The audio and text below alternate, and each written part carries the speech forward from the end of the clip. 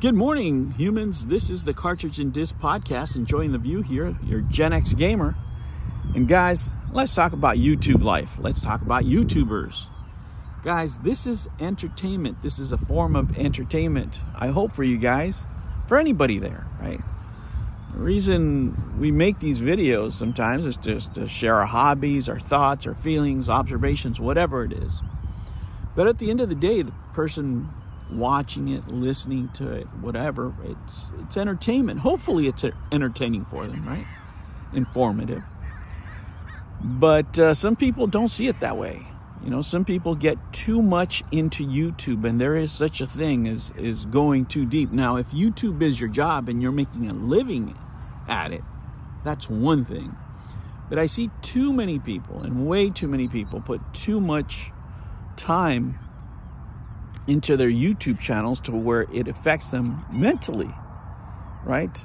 And they make a couple of mistakes that you shouldn't make, you know, in life in general, especially not on YouTube, right?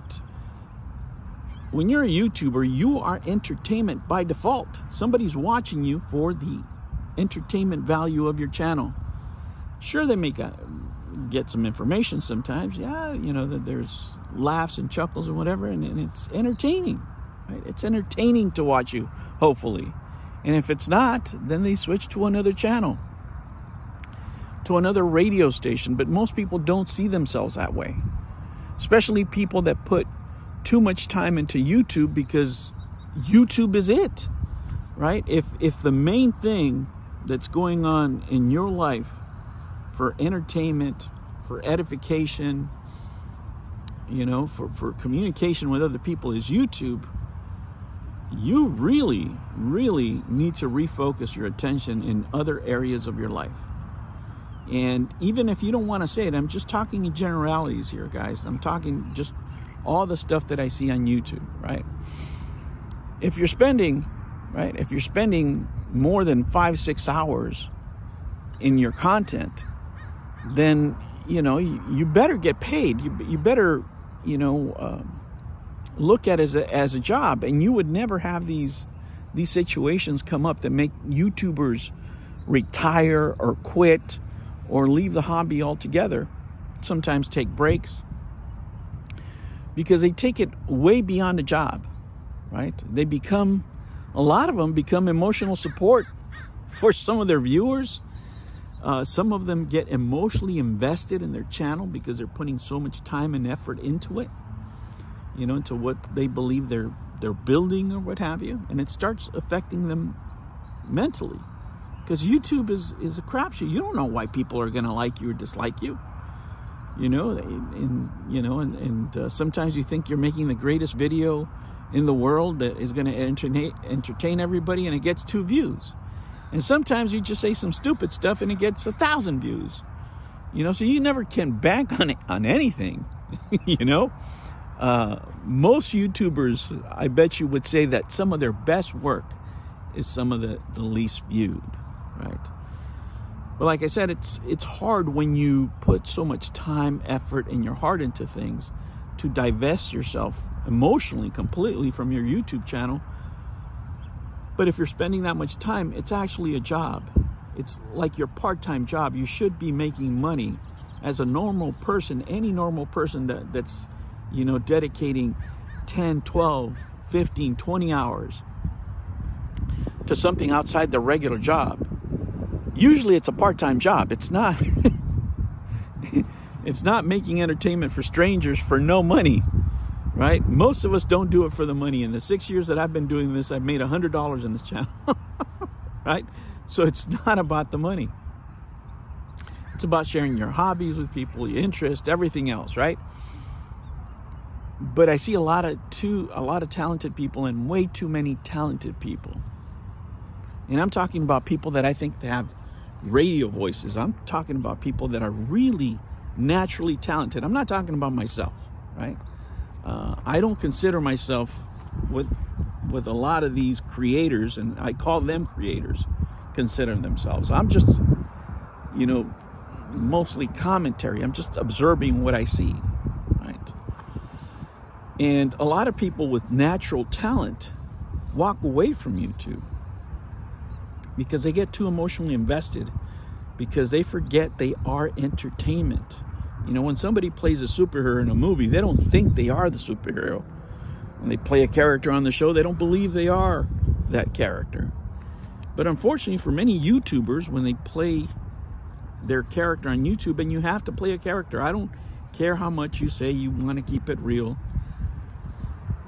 it's almost impossible with the restrictions here on YouTube. Yeah, you can say, you know, whatever you want on YouTube and get your channel shut down. So that's not what I'm talking about. I'm talking about people who actually, you know, dedicate a lot of hours of their productive working life to this. You have to censor yourself. So as soon as you do that, you're, you know, in some ways, in a lot of ways, you're not having a genuine conversation with people, because you can't tell them exactly what you think. There's certain opinions I can't give you. I hope this video entertains you, right? But I can't tell you everything that I think, because the video might get stricken down, right? I have social media restrictions in my job, in addition to the ones that YouTube puts on these videos. So sometimes it's healthier just to step back, you know, just look at the big picture. What are you doing? What are you trying to accomplish? Right? If you want to do YouTube full-time, which is what a lot of these creators want to do, they really want to do YouTube full-time. That's what they want to do. They want to make a living at it. You know, and I think that's maybe for retirement, that might be a great idea. But it's like I tell everybody, it's like being in a band. It's like being a poet. It's like being a painter. There's no guarantee that you're going to make it, and the chances of you making it are very minimal. You know, if you're going to make a living, we already know what makes a living here on YouTube, right? You have to fit a certain demographic. You have to look a certain way, you know, and people know it. People know it, right? Look at, and I'm not talking about small channels. Let's look big picture, bigger channels, right? How many channels just put an attractive person of any gender up there because they know they're going to get views, whether it's their spouse, their girlfriend, whatever. As soon as they do that, the channel blows up, right? Everybody knows the way to get views here. You want to be toxic as heck, you know, you want to cause a lot of attention through drama, you're going to get the views, right? But if you're a person that takes things to heart, you know, when it comes to your YouTube channel, when you take, for example, your viewers to heart, it makes it very difficult, because you'll have a lot of people that need emotional support. And as a YouTuber, you're just not qualified to give people that, you know, unless you're some sort of therapist. You can't be somebody's emotional support animal, right? You can't be somebody's emotional support YouTuber. In addition to the criticisms, you know, and everything else that you get. So, you know, if you lose sight of what you are, a piece of entertainment first, before anything else, before you think of yourself in any other way, the reason people tune in to YouTube is to be entertained, to have a moment, to laugh, to think, to reflect. That's what they're here for. They're not here to be your friend. They're not here to be, you know, your comfort. They're not here to support you financially. They're not here to validate people in any way, and you're not here to validate them either. It's entertainment, right? And, you know, in some ways, you know, how do you get prepared for something like YouTube if you want to do it full time? Well, talk to people that do it professionally or successful. I mean, that wouldn't be me, I can tell you that. But I'm sure that there's people you could reach out to and find out or ask questions, you know. I mean, there's channels, I'm sure, that they dedicate themselves to tell you how to be successful on YouTube. But, you know, in general, for me, it's sad to see how many people step away that are really talented. And I've seen dozens and dozens of them.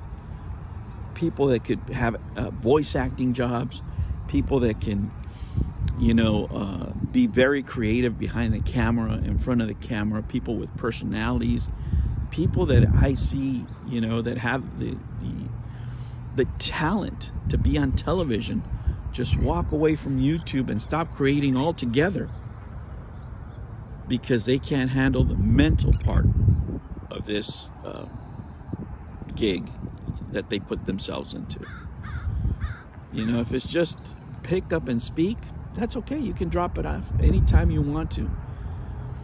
But if you have the talent, right, and if you have the wish to make this a career for yourself, then get prepared, not only with the content, but make sure you're prepared mentally for what it takes to have a YouTube channel for a long period of time, right? Because, you know, that's really what counts, you being on the YouTube for a long period of time. DSP is not DSP because he's talented.